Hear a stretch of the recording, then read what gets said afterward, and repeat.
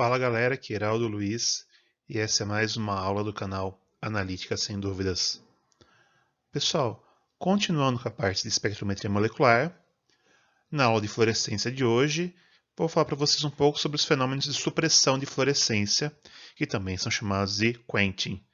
Então, pessoal, já deixem um like no vídeo, se inscrevam no canal, ativem as notificações para receber envio de novos vídeos e espero que vocês gostem dessa aula. Já falei para vocês, pessoal, o diagrama de Jablonski e dos fenômenos que causam perdas não emissivas, né? As conversões internas, as relaxações vibracionais, o cruzamento intersistema e conversões internas e externas. Tudo bem? E as conversões internas e externas normalmente estão associadas aos fenômenos de quenching. Tudo bem? Também apresentei para vocês o rendimento quântico de fluorescência, que é o número de moléculas que emitem pelo número total de moléculas excitadas. Podemos dizer, de maneira grosseira, que é a porcentagem de moléculas que estão fluorescendo. Tudo bem? Ah, e fosforescência? Não, fosforescência não tem nada a ver. Quando eu falo em rendimento quântico, é só de fluorescência. Tudo bem, pessoal? Agora eu queria comentar para vocês, pessoal, quais os efeitos de supressão. Tem o do pH do meio, presença de halogênios, oxigênio dissolvido, o da concentração, da rigidez estrutural e de temperatura do sistema. Então vamos detalhar um a um. O efeito do pH, pessoal, ele é muito visível em moléculas que apresentam grupos ácidos ou básicos na sua estrutura. Por quê? Isso pode causar ou protonação ou desprotonação de grupos que mudam a estrutura de ressonância das moléculas.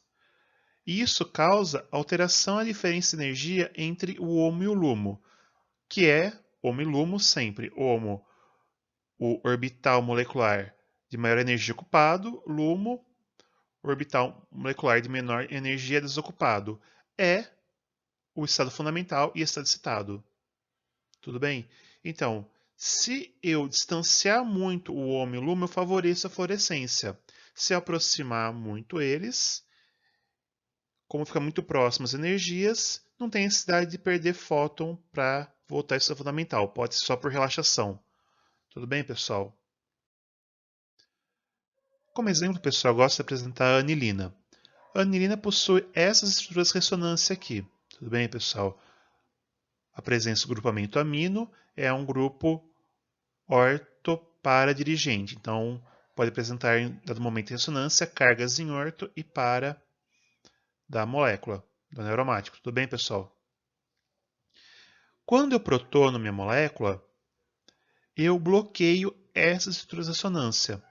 Tanto é que é possível medir uma fluorescência na anilina, mas ela absorve e emite UV. Então, não é visual.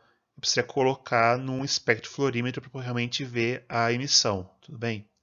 Já o anilínio não fluoresce. Tudo bem? Normalmente, pessoal, quando você protona a molécula, você diminui a diferença de energia entre o HOMO e o LUMO. Tudo bem? Ah, mas então sempre em pH mais ácido bloqueia a fluorescência? Não necessariamente. Por exemplo, a quinina, que é o alcaloide presente na água tônica, que dá aquele sabor amargo característico, ela fluoresce menos em pH mais elevados. Eu tenho uma eficiência quântica de fluorescência maior em pHs menores. Tanto é que esse experimento que os alunos fazem no laboratório. Eles colocam molécula de quinina em tampão 2, 3, 4, 5 e 6 e a intensidade de fluorescência diminui com o aumento do pH.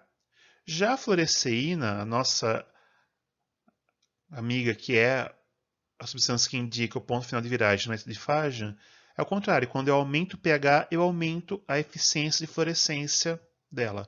Tanto é que eu li em alguns livros que ela pode ser usada como inibidor ácido-base se eu usar uma base como titulante. Então, eu vou titulando o meu ácido, quando consumo totalmente a minha amostra ácida, o excesso de base vai desprotonar a fluoresceína e causar uma fluorescência, mas essa titulação deve ser realizada na presença de uma luz negra, né? Alguma luz que favoreça a visualização da fluorescência.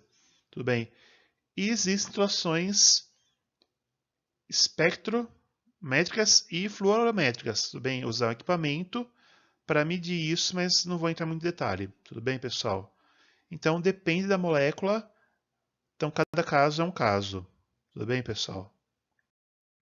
Já a presença de halogênios, que é outro efeito de supressão. Então, é a presença de cloro, bromo e iodo, que podem favorecer o acoplamento spin-órbita. Lembra, acoplamento spin-órbita, eu já falei na aula passada. Pode ser halogenação na molécula. Então, o antraceno é uma molécula que fluoresce muito, o clorantraceno já perde eficiência quântica de fluorescência, bromo, iodo, antraceno, tudo bem? Haletos, que é o experimento que faz no laboratório, os alunos medem a fluorescência do quinino, aumentando a concentração de brometo, uma solução de brometo, a eficiência quântica de fluorescência diminui. Ou a dissolução em solventes halogenados. Uma vez eu até fiz um teste, a fluorescência é muito solúvel em álcool, se eu usar brometanol, eu suprimo a fluorescência dela mesmo aumentando o pH. Tudo bem, pessoal? Então, como eu já falei para vocês, o acoplamento spin-órbita favorece a formação do estado triplete excitado. Tudo bem? Então, a presença de cloro, bromo e iodo na molécula, como haleto ou no solvente halogenado, favorece, na verdade, estados fosforescentes. Tudo bem, pessoal? Só que em nenhum caso consegui ver fosforescência, nesse que eu expliquei para vocês, tá? O oxigênio dissolvido, pessoal, tem um fator muito parecido.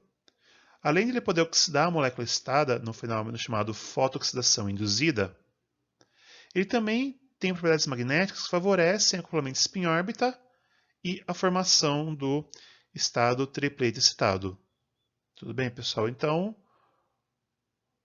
tanto halogênios quanto oxigênio favorecem a espécie fosforescente. A concentração do analito, pessoal, por quê? A fluorescência molecular é sempre a baixas concentrações, quando comparado a UV-Vis. Tudo bem, pessoal?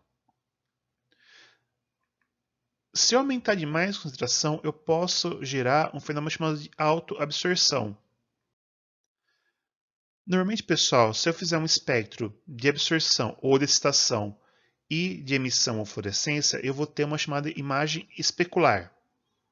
Por quê? Porque no estado excitado, eu tenho a manutenção da simetria e geometria da molécula, tudo bem? Devido à rigidez estrutural. Tudo bem? A diferença é devido a relaxações vibracionais. E isso nós chamamos de deslocamento de Stokes. Tudo bem? Lembra? Então, os elétrons podem ir para vários estados vibracionais diferentes dentro do estado excitado. Para emitir, todos eles têm que ir para o menor nível vibracional, né, o nível vibracional 0. Aí sim eles emitem energia. Então, tem uma pequena perda de energia que reflete, lembrando que o comprimento de onda é inversamente proporcional à energia. Então, isso é o deslocamento de Stokes. Tudo bem? Essa perda de energia não emissiva que dá a diferença no comprimento de onda de emissão e excitação. Tudo bem? Mas notem que existe uma pequena sobreposição nessa região aqui. Estão vendo? Então, a molécula ela absorve o mesmo comprimento de onda que ela emite. Tudo bem? Se eu começar a aumentar demais a concentração, eu vou ter um fenômeno chamado de autoabsorção, ou seja, a molécula está absorvendo a própria energia que ela está emitindo, o próprio comprimento de onda que ela está emitindo. Então, posso levar uma supressão da emissão. Lembrando, pessoal, sempre que eu estou trabalhando com as determinações, eu tenho um feixe de luz incidindo. Então, nem toda molécula que está no meio está sendo irradiada. Com isso, nem toda molécula está emitindo. Bem, então, vai ter moléculas no meio que não vão estar excitadas que podem absorver a energia emitida por outras. Conseguiram entender, pessoal, qual é o fenômeno de autoabsorção devido à concentração? É basicamente esse. Já a rigidez estrutural, pessoal, o melhor exemplo é o de fenil e fluoreno. Bem, notem a diferença entre os dois, é apenas a presença de um metileno, que une os anéis aromáticos. Então, o fluoreno é uma molécula mais rígida. O difenil ainda tem movimentação dos anéis aromáticos, que podem vibrar fora do plano e dentro do plano. Com isso, pessoal, a eficiência quântica de fluorescência do difenil é de 0,2 aproximadamente, ou seja, 20% das moléculas que excitam emitem. Já a adição desse grupo metileno no fluoreno deixa a molécula praticamente 100% emissível. Por quê? Eu consigo vibrar menos a molécula. Tudo bem? Eu aumentei a rigidez estrutural. Então, sempre quando eu aumento a rigidez estrutural, eu aumento a fluorescência. Tudo bem?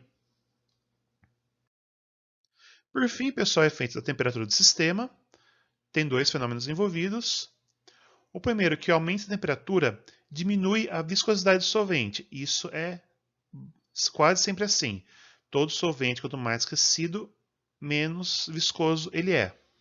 Bem, ao mesmo tempo, o aumento da temperatura aumenta a movimentação molecular. Tudo bem, pessoal? São propriedades termodinâmicas.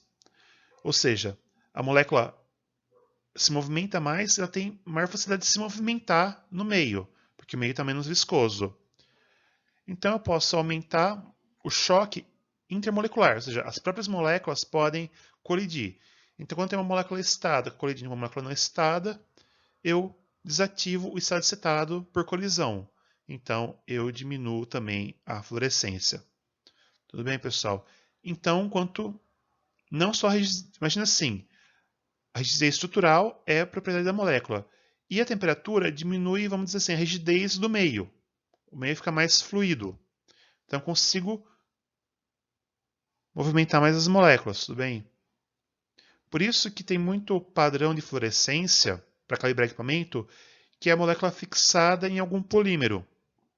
Eu tinha no laboratório, não sei o que aconteceu, a cubeta que eu calibrava o equipamento era de fluorescência impregnada no polímero.